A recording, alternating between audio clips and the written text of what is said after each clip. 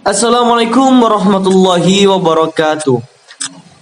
Apa kabar sahabatku yang dirahmati Allah? Kali ini saya akan membahas bagaimana sih pentingnya lisan kepada seseorang ke orang yang lain gitu. Nah, sahabatku, yakinlah orang yang berbuat dan beramal soleh pasti akan dibalas dengan kesenangan dan kebahagiaan. Sedangkan orang yang tidak berbuat baik dan tidak beramal soleh mendapatkan balasan dari keburukan itu. Nah, semoga Allah memberikan ke kita keistiqomahan dalam beramal soleh. Sesungguhnya kita mengetahui bahwa lisan merupakan salah satu nikmat yang besar. Bentuknya kecil dan halus, namun di situ terletak kebahagiaan dan keburukan seseorang. Amat besar pengaruhnya terhadap yang positif maupun yang negatif dalam kehidupan seorang muslim. Membahas tentang lisan, ada satu nasihat yang sangat berharga dalam hal menjaga lisan. Disampaikan oleh Rasulullah SAW dan menjadi tuntunan kita sebagai nama hadis yang berbunyi, barang siapa yang berfirman kepada Allah dan hari akhir hendaknya berkata baik atau diam. Dalam sebuah hadis yang diriwayatkan Tirmidzi, Uqbah bin Amir berkata, aku pernah bertanya kepada Rasulullah SAW, ya Rasulullah, apakah keselamatan itu? Beliau menjawab, tahanlah lisanmu dan hendaknya rumahmu menyenangkanmu, karena penuh zikir dan mengingat Allah Subhanahu Wa Taala, dan mengenangislah atas kesalahanmu. Itu karena dia menyesal. Hadis riwayat Tirmidzi. Sahabatku sekalian, berhati-hatilah terhadap lisan karena sebuah ucapan bisa menjerumuskan kita ke dalam api neraka. Apabila kita tidak mengetahui sebuah perkara dengan pasti, sebaiknya kita diam saja. Dan janganlah kita mengucapkan perkataan yang menyakiti hati orang lain. Sekalipun itu hanya candaan, sebab di akhirat kelak segala apa yang kita ucapkan dengan lisan pasti akan dimintai pertanggungjawaban. Allah berfirman, tiada satu ucapan pun yang diucapkannya melainkan ada di dekatnya malaikat pengawas yang selalu hadir. Quran Surat Al-Kahf ayat 18. Dan janganlah kamu mengikuti apa yang kamu tidak mempunyai pengetahuan tentangnya. Sesungguhnya pendengaran, penglihatan, dan hati semuanya itu akan diminta pertanggungjawabannya. Quran Surat Al-Isra ayat 36. Nah, keutamaan menjaga lisan dalam Islam yaitu memiliki kedudukan tinggi sebagai muslim. Yang kedua, dijanjikan surga. Yang ketiga, dijauhkan dari neraka jahanam.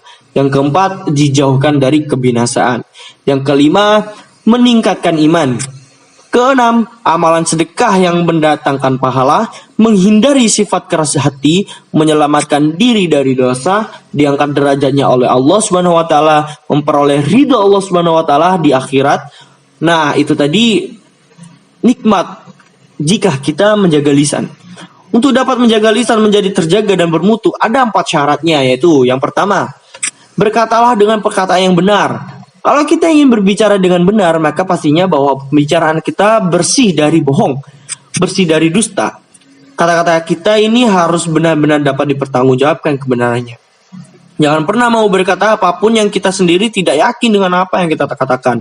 Itu sama sekali bohong namanya ya. Jangan berusaha berkata-kata semata-mata agar orang terkesima, terpesona, suka, karena semuanya tidak akan menolong kita. Perkataan kita ya yang kita yakini dengan seyakin-yakinnya harusnya dapat dipertanggungjawabkan. Nah, yang kedua, berkatalah sesuai tempatnya. Likulli maqam maqal wa likulli maqal maqam. Artinya, tiap perkataan itu ada tempat terbaik dan di setiap tempat memiliki perkataan yang terbaik pula. Nah, tidak setiap kata sesuai di setiap tempatnya. Sebaliknya, tidak setiap tempat sesuai dengan perkataan yang dibutuhkan.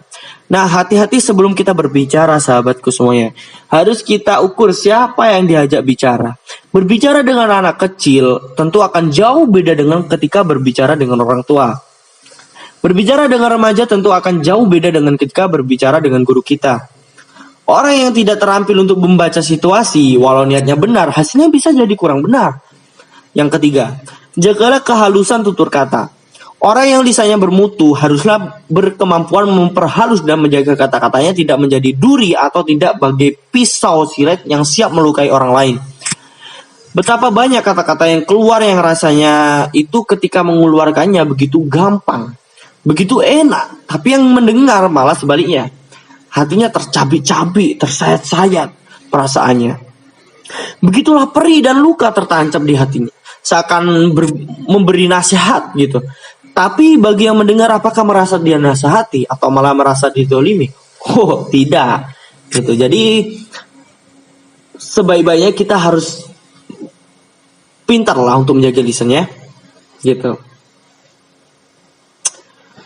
Banyak berbicara yang tidak bermanfaat membuat hati menjadi keras. Jika kita tidak mampu untuk menjaga semua hal itu, maka lebih baik diam.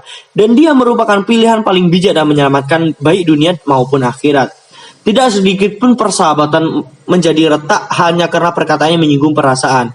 Banyak juga pertemanan yang akhirnya berujung pertengkaran dan permusuhan dikarenakan ucapan yang salah keluar dari lisan.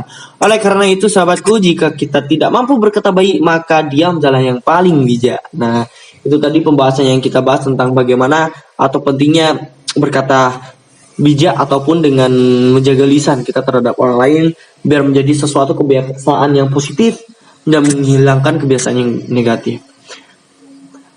Syukran kasiron. Assalamualaikum warahmatullahi wabarakatuh.